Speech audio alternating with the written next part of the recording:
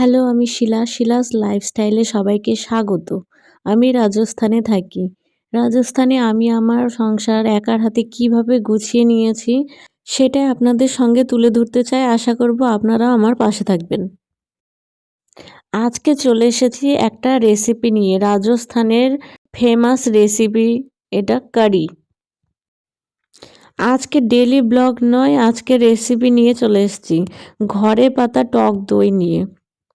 অল্প একটু টক দই বাটিতে তুলে রাখলাম পরের বার আবার দই বানানোর জন্য। এবার দইয়ের মধ্যে দিয়ে দেব বেসন। বেসনটা ফেটিয়ে এবার দিয়ে দিব সব রকম মশলা, যেমন গরম মশলা, মিট মশলা, জিরে গুঁড়ো, ধনে গুঁড়ো, গরম মশলা গুঁড়ো, লঙ্কা গুঁড়ো সব। সামান্য হলুদও দিয়ে দিব, তবে নুনটা এখন দেওয়া যাবে না।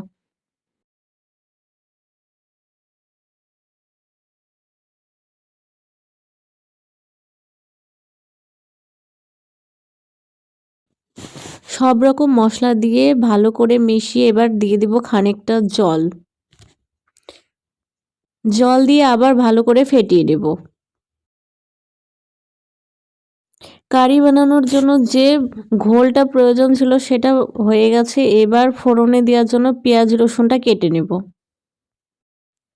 আমাদের ওখানে দই বা পনিরের মধ্যে পেঁয়াজ রসুন দিতে আমাদের প্রথমে একটু ভালো লাগে না, আর এখানে সব কিছুর মধ্যে পেঁয়াজ রসুন। যাই হোক, পেঁয়াজ রসুনটা কাটা হয়ে গেছে। এদিকে কড়াই বসিয়ে দিয়েছি, কড়াইটাও গরম হয়ে গেছে। তেল দিয়ে দিয়েছি, তেলটাও গরম হয়ে গেছে। এবার দিয়ে দেবো ফোড়ন, শুকনো লঙ্কা আর হিং ফোড়ন দিয়ে দিব। আর এই ফোড়নের মধ্যে আছে কারি পাতা, মেথি আর জিরে আর অল্প জোন। এরপর রসুনটাও দিয়ে দিব, ভালো করে নাড়াচাড়া করে এবার দিয়ে দিব পেঁয়াজ। পেঁয়াজটাও ভালো করে নাড়াচাড়া করে নেব, লাল লাল করে ভেজে নেব। এদিকে আমার পেঁয়াজটাও ভালো করে ভাজা হয়ে গেছে। এবার গ্যাসটা একদম স্লো করে দিয়ে এবার ঢেলে দেব ঘোল, কারির ঘোলটা। না হলে দইটা ফেটে যাবে, কারণ দই আছে এর মধ্যে, তাই। কারিটা একটু ঘন ঘন লাগছে, অনেকক্ষণ ধরে ফুটবে, না ফুটলে টেস্ট হবে না, তাই একটু জলও মিশিয়ে নিব এর মধ্যে। ঘোলটা যতক্ষণ না ফুটবে ততক্ষণ মাঝে মাঝে নাড়াতে থাকবো, আর যখন ফুটে যাবে তখন গ্যাসের ফ্লেমটা বাড়িয়ে দিব, না হলে স্লোই থাকবে। ওইদিকে আমার কারিটা প্রায় কমপ্লিটের মধ্যেই, শুধু যখন ফুটে যাবে তখন নুনটা দিয়ে দেব। আর ওইদিকে ফুটতে থাক, আর এইদিকে আমি থালা বাসনগুলো ধুয়ে নিই। আপনারা ব্লগটা দেখতে থাকুন। আমি যখন প্রথম এই রাজস্থানে আসি তার কিছুদিন পরেই ঘুরতে গেছিলাম আমার হাজব্যান্ডের বন্ধুর সঙ্গে, ওর ফ্যামিলি আর আমাদের ফ্যামিলি। অনেক সকালে বেরিয়েছিলাম বাইকে করে। এখানে তো জানেনই অনেক সুন্দর সুন্দর জায়গা আছে, সেইখানেই ঘুরতে, নতুন একটা জায়গায়। আমি তো প্রথমে এসেছিলাম সেই জন্য, আর ওরা আগেও ঘুরেছে। কিন্তু সকালবেলা বেরিয়েছি না খেয়ে, 9টা, সাড়ে 9টা, 10টার সময় খুব খিদে পেয়েছে। একটা রেস্টুরেন্টে গিয়ে দাঁড়িয়েছি, রেস্টুরেন্ট বলতে পারেন, হোটেল বলতে পারেন, সেই রকম একটা জায়গায়। আর অর্ডার দিয়েছে কারি কচুরি, রাজস্থানের ফেমাস ব্রেকফাস্ট কারি কচুরি নিয়েছে। আর আমি জানতাম না যে এটা কেমন স্বাদের। প্রথমবার মুখে দিয়ে দেখি কেমন যেন টক টক ভাব, মনে হয় বাসি খাবার দিয়েছে। আমার তো খেতে একটুও ভালো লাগছিল না কারিটা।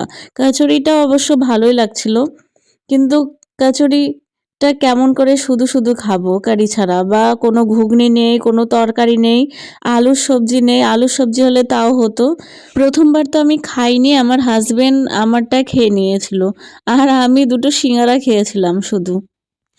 পরে ওখান থেকে ঘুরে টুরে এসে তারপর 2-1 দিন পরে দেখি আমার হাজবেন্ডের বন্ধুর ওয়াইফ কারি আর কচুরি পাঠিয়েছে আমার হাজবেন্ডের হাত দিয়ে।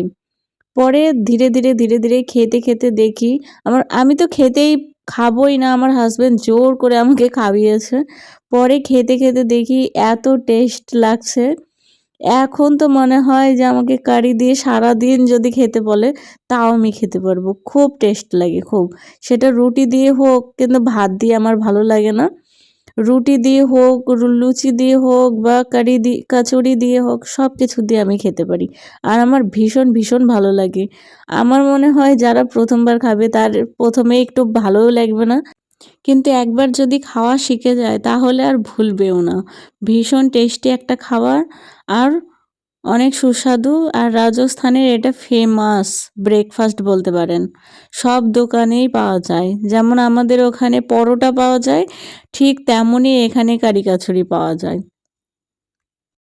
কথা বলতে বলতে দেখুন আমার থালা বাসনটাও মাজা হয়ে গেল। আজকের ব্লগটা যদি আপনাদের ভালো লেগে থাকে তাহলে প্লিজ লাইক, শেয়ার এবং সাবস্ক্রাইব করে পাশে থাকবেন।